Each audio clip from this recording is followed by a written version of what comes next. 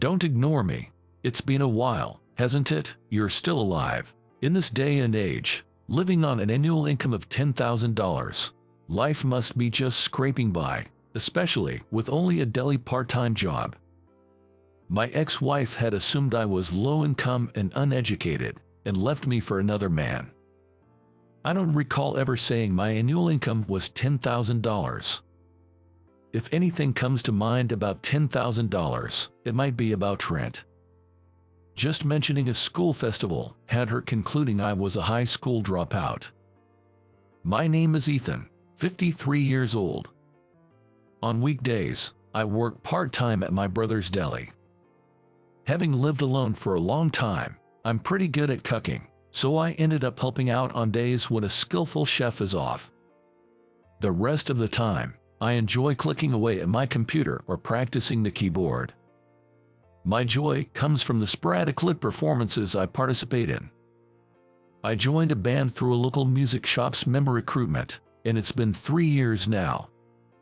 In fact, my first band performance was at my wedding. Preparing for the wedding was less exciting than practicing with the band.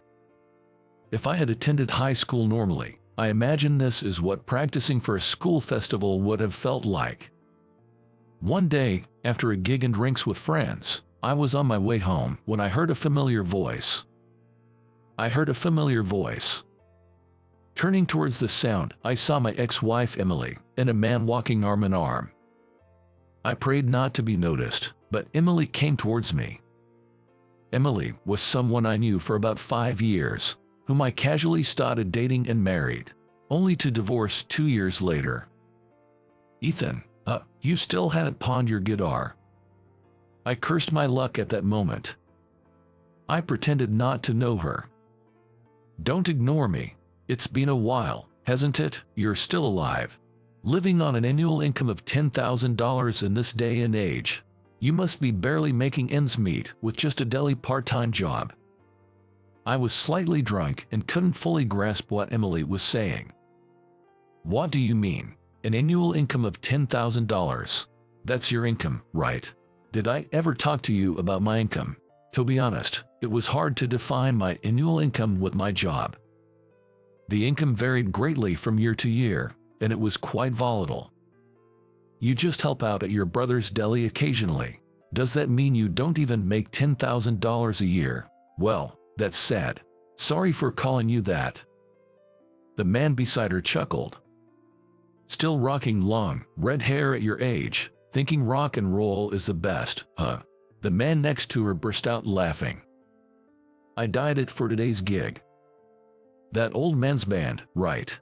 Speaking of which, what happened to those self-produced CDs? Don't try to sell them to me just because you couldn't sell. It's annoying. They're all gone, sold out quickly. Right around when Emily brought up divorce, our band had started producing our own CDs.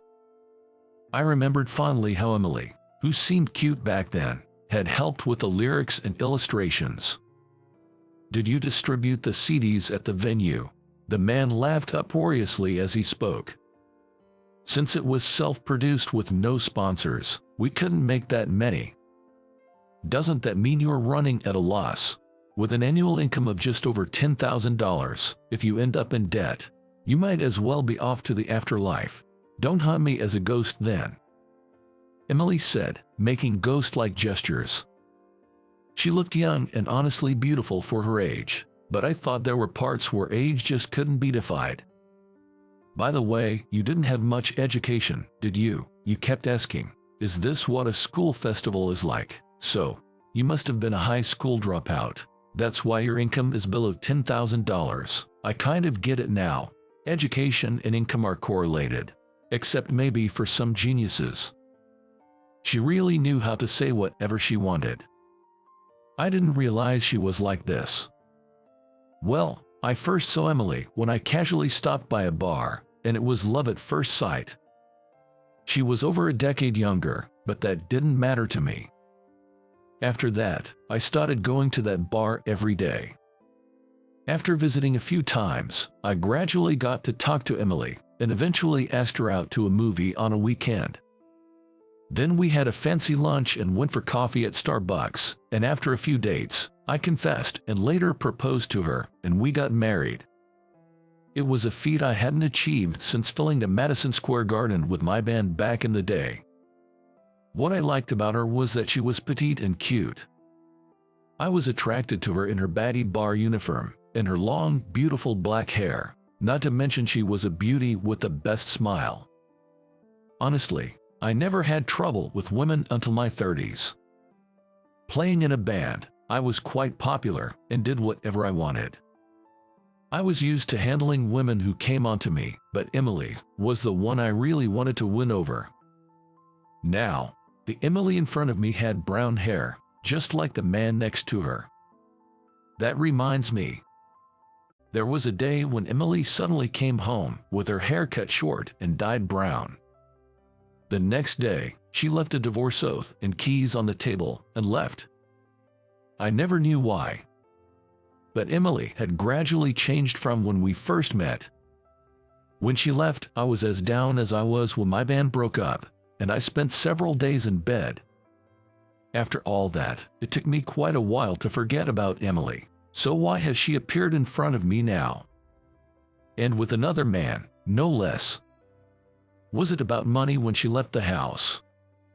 She kept talking about an annual income of $10,000, but I didn't understand what she meant. Where did you get that figure from? Hearing you talk about an annual income of less than $10,000. I saw it, your payslip. It was $870. So, the annual income is $10,000, Emily said. Then I understood. Emily thought my only source of income was the part-time pay from my brother's deli. That's not true. With that little pay, we couldn't have lived in that apartment we used to live in. How much was the rent for the apartment we lived in when I was with you? $10,000. So, your so-called my annual income would be gone in a month's rent. No way. That apartment cost $10,000 a month to rent. Amazing, huh? Was it like with a gatekeeper and a pool? You remember the concierge at the entrance, right? Once, we got theater tickets from them. There was a pool too. And we even went to buy a swimsuit for that. And, do you remember going to the gym? You gave up after 3 days. But we went shopping for gym wear then. And Emily, when you were in a bad mood, you would always hide in the sauna room and come out saying you felt refreshed. Emily seemed to be reminiscing about our life together.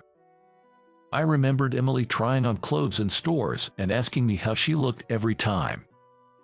At first, I gave my opinion, but gradually I got tired and just responded vaguely while looking at my phone, and she would get mad, saying, "Pay attention." I remembered having a hard time cheering her up after that. I don't want to say this, but I don't know how much your guy makes, but if you're living with him, do you have all these things? Come to think of it, there's nothing, except maybe a balance ball rolling around the room. It's really in the way because the house is small. Emily said without hesitation, glancing at her companion.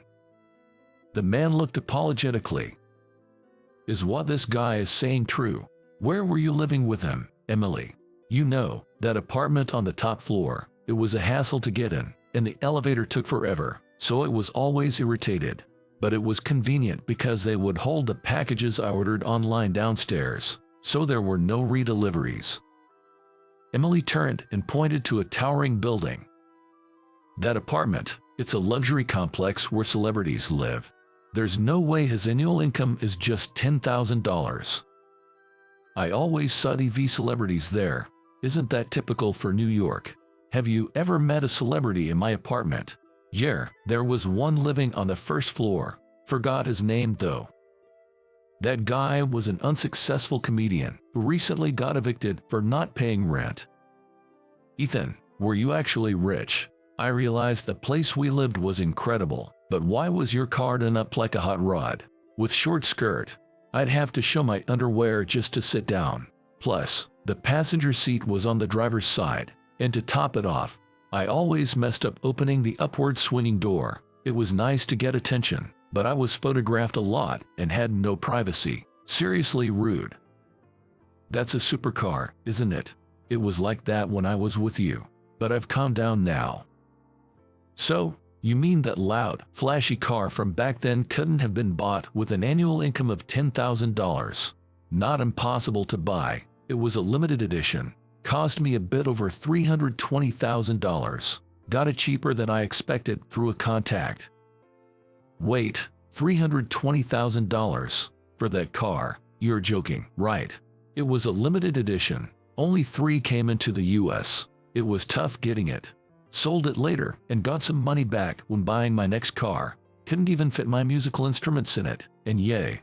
Getting in and out was inconvenient. Had to be careful with bumps while driving and was always nervous going somewhere. What does this guy do for a living? Involved in something shady? I don't know anything, really. All I knew about Ethan was he helped at the deli and clicked away at his computer at home, in that old man's band. I told you when we were together. You never believed me. I don't remember at all. Does an old man's band make money? Tell me. Emily's voice softened, and she unconsciously let go of the man's arm. I debuted in a band back in the day, stopped playing for a while, but then wanted to start again. It's more like a hobby now, but it got unexpectedly popular. We're about to make a major debut, but it's not making money yet. My main job is what Emily mentioned, the computer clicking stuff. I mentioned some famous female groups I worked with. I compose and provide songs for them, making music on my computer. Seriously, I've been unwittingly supporting your ex-husband. I just bought 10 CDs of that group the other day, wanted their autographs. That's why you said you were broke, seriously. Emily and the man started bickering. Oh yeah, I remember now. You said you were composing songs for girls' bands, but back then, you said it didn't pay much. Back then, I was just starting out. Now, I'm involved in most of their albums. Look it up on your phone. Most of the composers' names are EH. Ethan, that's me. True, most are EH. That's impressive. What was your old band's name? The man leaned in eagerly. Apparently, this guy used to play drums in a light music club during his student days. He said he checked out every band he heard about at that time. It was looks, but there were so many bands during that boom, you might not know it. No way, I love Alex's drumming. Own all their CDs, even played their music at a school festival. That's awesome. Can I have your autograph? I wasn't Alex. And it was because of him that the band broke up, I reminisced. Man, you lived with someone amazing. I'm envious. I'd love to attend your old man's band concert sometime. The man was at peak excitement, visibly thrilled. I don't know that band. Were they that popular? For Emily, it was a band she'd never heard of. She seemed to think of them as just another group among many. Look it up. Their songs were used in car commercials and even played on New Year's Eve TV specials. Indeed, our songs have been used in commercials, movies, and dramas. Emily must have heard them but didn't know the band or song names. Hearing this, she reluctantly started searching on her phone. Oh, I saw that movie with an ex-boyfriend, and I watched that drama too. Like the theme song, my high school crush sang it to me. You played on that, seriously. Though Emily only remembered things associated with men. I peeked at her phone. I composed that song. Are you the one on the far left is super handsome, amazing, though not as much as the guy in the middle. Then Emily checked the band's appearance. Right. We were probably the most popular rock band at the time. I was feeling pretty good. You're kidding. You never looked like a wealthy man. I had no interest in anything other than where I lived and my car. Instead, I made sure you never struggled, spending money on places you wanted to go and things you wanted to eat. At that moment, Emily looked at me with a mischievous glint in her eye. Of course, I chose you, after all. You had to have that kind of background and manliness. With that, Emily then linked her arm with mine.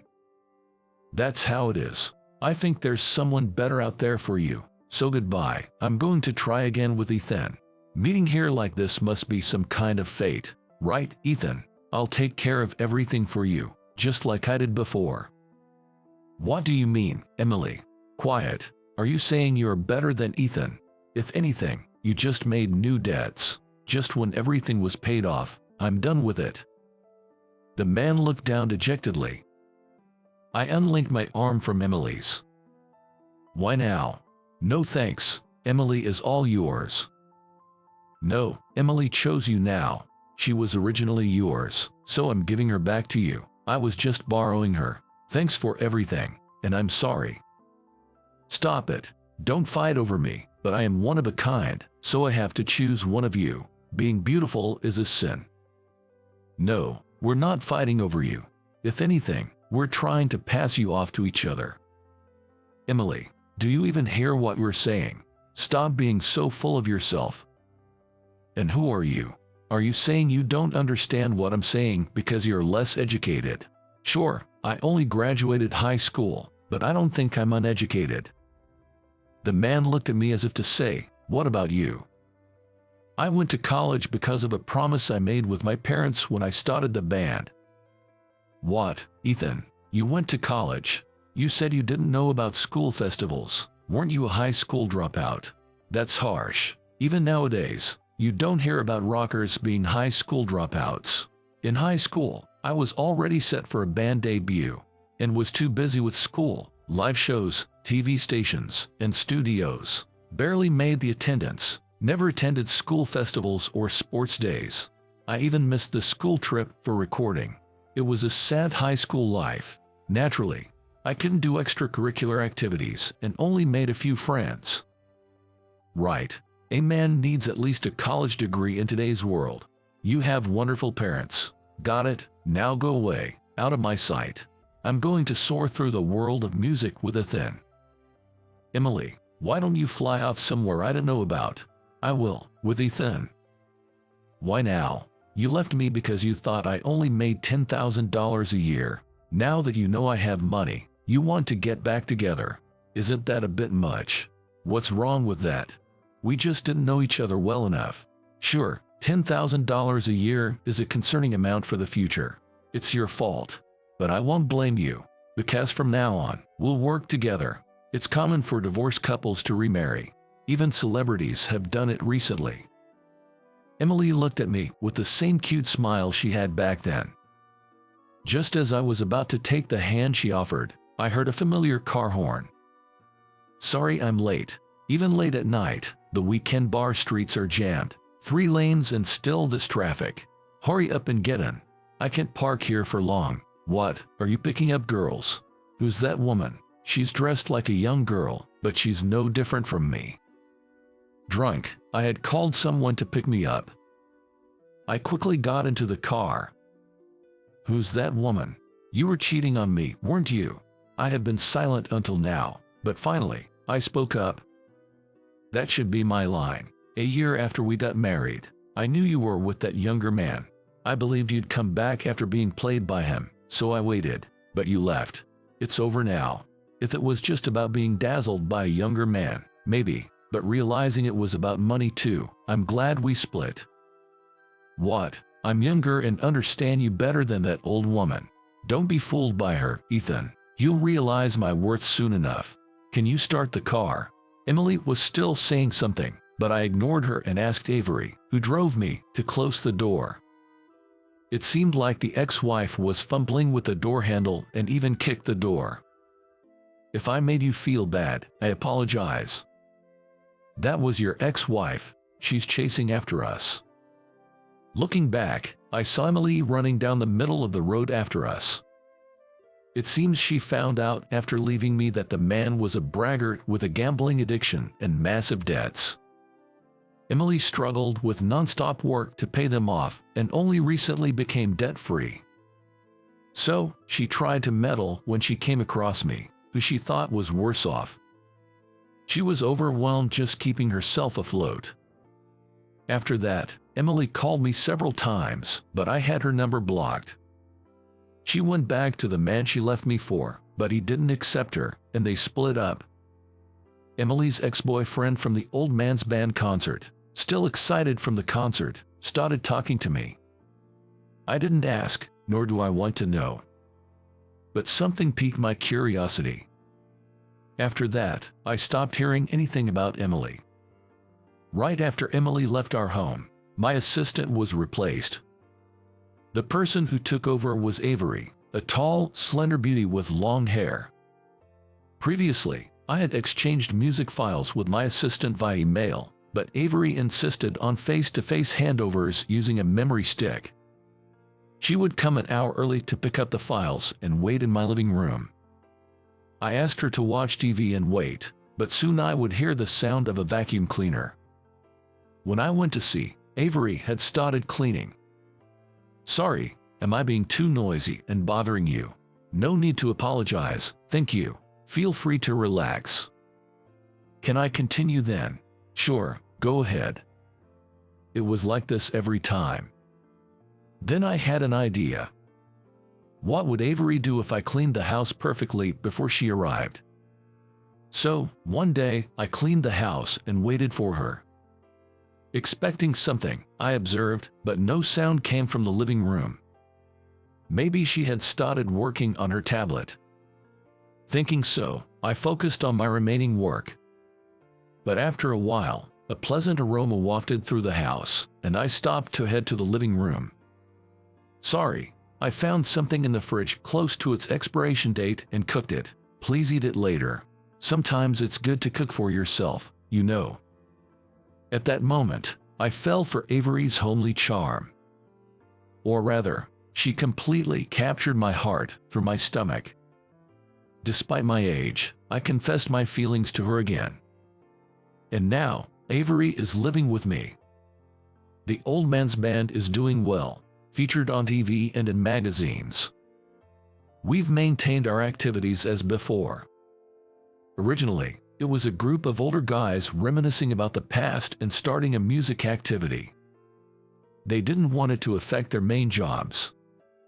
Because of this, performing live only once a month was considered good enough, and now, in a different sense, we've become a band whose tickets are hard to get, creating a buzz mainly on social media. I continued providing music, producing several million-selling tracks. Riding on this momentum, my producer formed a few new groups, so I've been busy clicking away at my computer until late every night. I also kept up my part-time work at my brother's deli, living a fun yet busy life.